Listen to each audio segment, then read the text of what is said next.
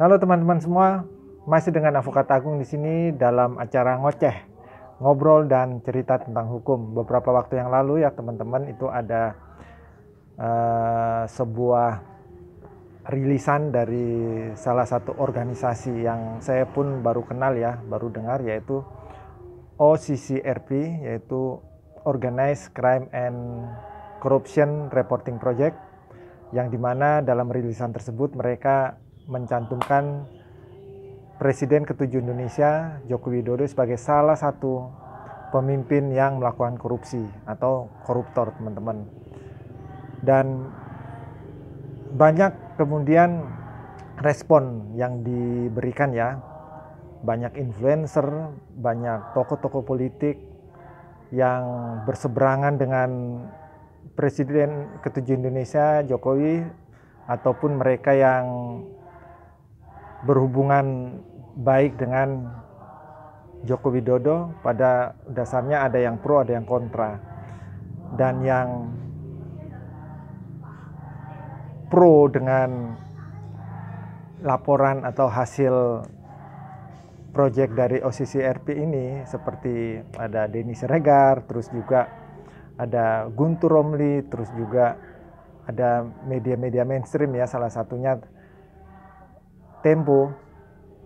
Itu juga mereka merilis atau mempublikasikan berita tersebut yang menyatakan bahwa Jokowi sebagai salah satu finalis tokoh yang melakukan korupsi. Dan ini menjadi ramai, teman-teman. Mereka menyatakan, wah ternyata ini bikin malu. Seorang Rocky Gerung sampai menyampaikan bahwasanya ini memalukan bangsa ya, memalukan negara.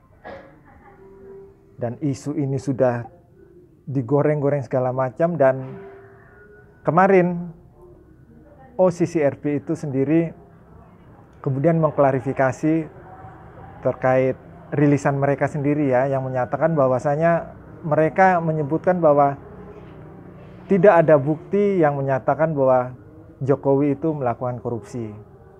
Dan juga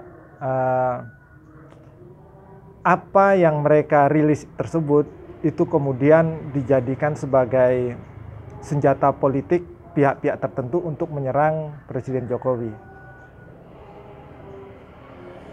Menurut saya, teman-teman ya, harusnya ini sudah clear. Clearnya apa? Bahwasanya OCCRP itu telah menyatakan dan mengklarifikasi bahwasanya Joko Widodo tidak ada bukti terkait dengan korupsi itu sendiri. Makanya di laman mereka sendiri itu sudah dihilangkan ya, terkait rilisan mereka tersebut. Dan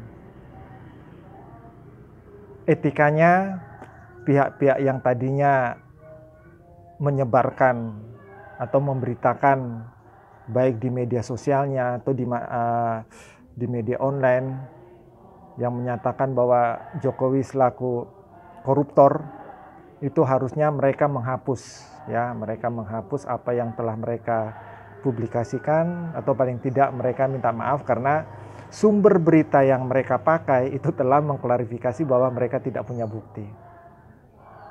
Dan menurut saya lagi ya, kalau kita melihat undang-undang ITE, bahwasanya harusnya mereka menghapus agar tidak terjadi simpang siur atau bahkan pencemaran nama baik. Karena ketika OCCRP sudah menyatakan bahwasanya mereka tidak punya bukti, berarti clear, berarti Jokowi adalah bukan seorang koruptor. Sebentar teman-teman, ada kereta api lewat.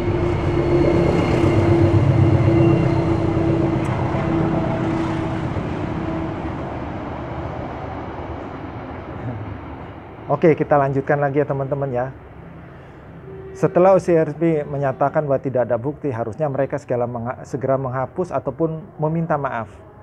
Karena jika mereka tidak menghapus ataupun tidak meminta maaf, berarti mereka membenarkan atau membiarkan berita terkait Jokowi selaku koruptor yang sebenarnya itu adalah salah dan sudah diklarifikasi oleh sumbernya.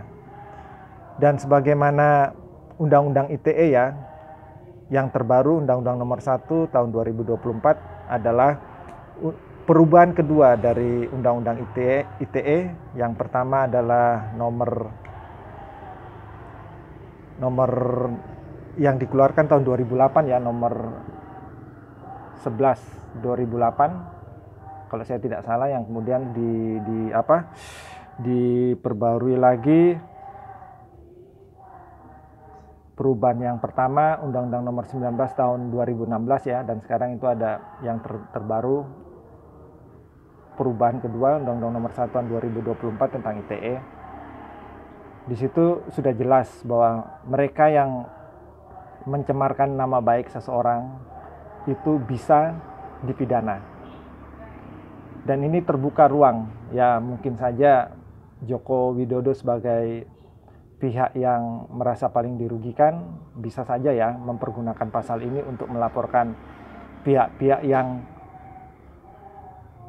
sengaja untuk tidak menghapus postingannya atau meminta maaf terhadap berita yang mereka sampaikan atau mengklarifikasi. Dan kalau itu dilakukan saya rasa clear ya. Namun kalau itu tidak dilakukan oleh pihak-pihak yang tidak mau mengklarifikasi, ya saya rasa itu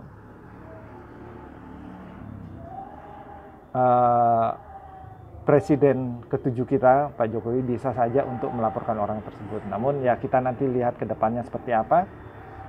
Dan menurut saya kita sekarang harus pinter-pinter ya. Pinter-pinter dalam apa? Ketika kita memposting atau merilis suatu berita dari salah satu sumber ya, yang pasti sumber itu kita harus meyakini betul dia itu memang berkualitas, dia memang capable atau mempunyai kredibilitas.